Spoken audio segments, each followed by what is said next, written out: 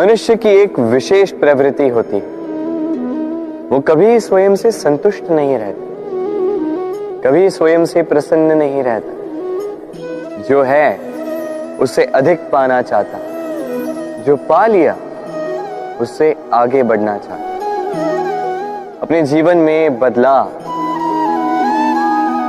परिवर्तन लाना चाहता। और ये प्रवृत्ति संसार में सबसे महान है, क्योंकि इसी प्रवृत्ति के चलते संसार में विकास होता है। किंतु इस बदलाव के लिए मनुष्य उसकी खोज में रहता है जो उसके जीवन में बदलाव ला सके, उसे मार्ग दिखा सके, उसके जीवन में परिवर्तन ला सके। और इसके लिए मनुष्य संसार भर में उसे खोजता है जो उसके पास है।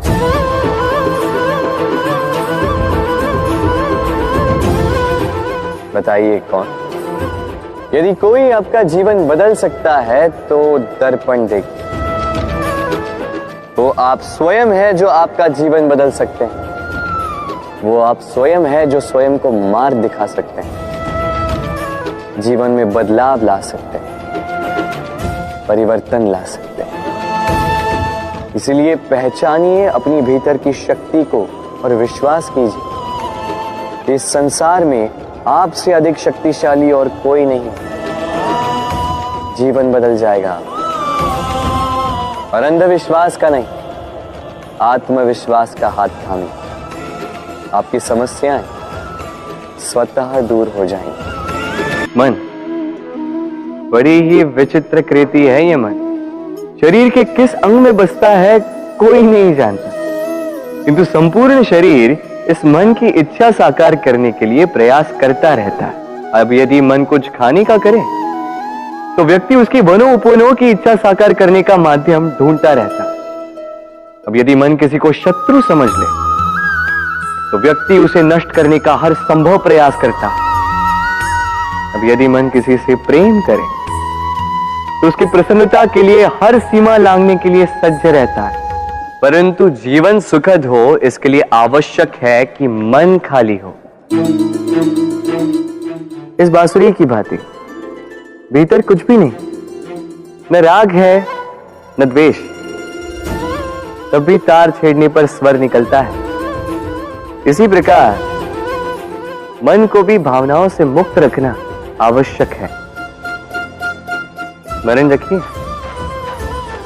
मन में कुछ भर के जियोगे तो मन भर के जी नहीं पाओगे। भूल और मनुष्य, इन दोनों का संबंध कुछ वैसा है जैसा पंख और चिड़िया का, जैसा धारा और नदिया का।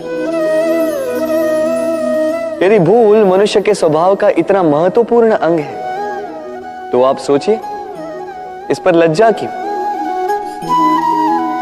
इस पर लज्जा करना ठीक है ही नहीं। वैसे देखा जाए तो भूल हमें स्वयं को और श्रेष्ठ बनाने का अवसर देती है,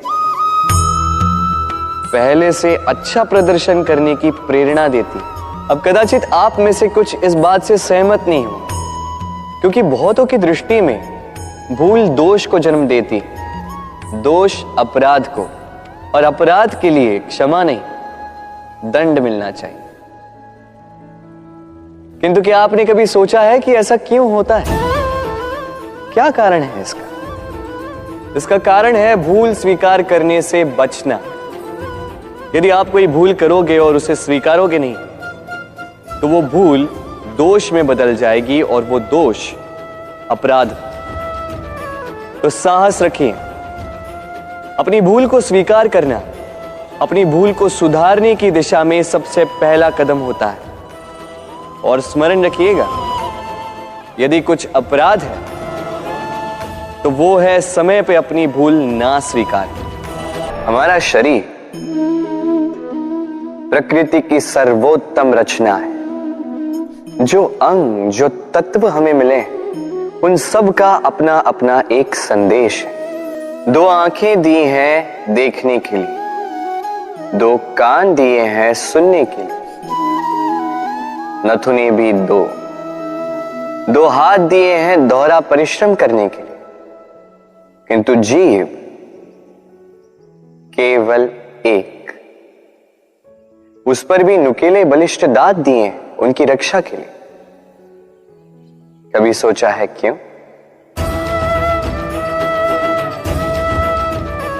क्योंकि शब्द और शब्दों का उपयोग मनुष्य का सबसे बड़ा शस्त्र है, जिसका उपयोग जितना सोच समझकर किया जाए, मनुष्य जीवन में उतना ही ऊपर उठता है।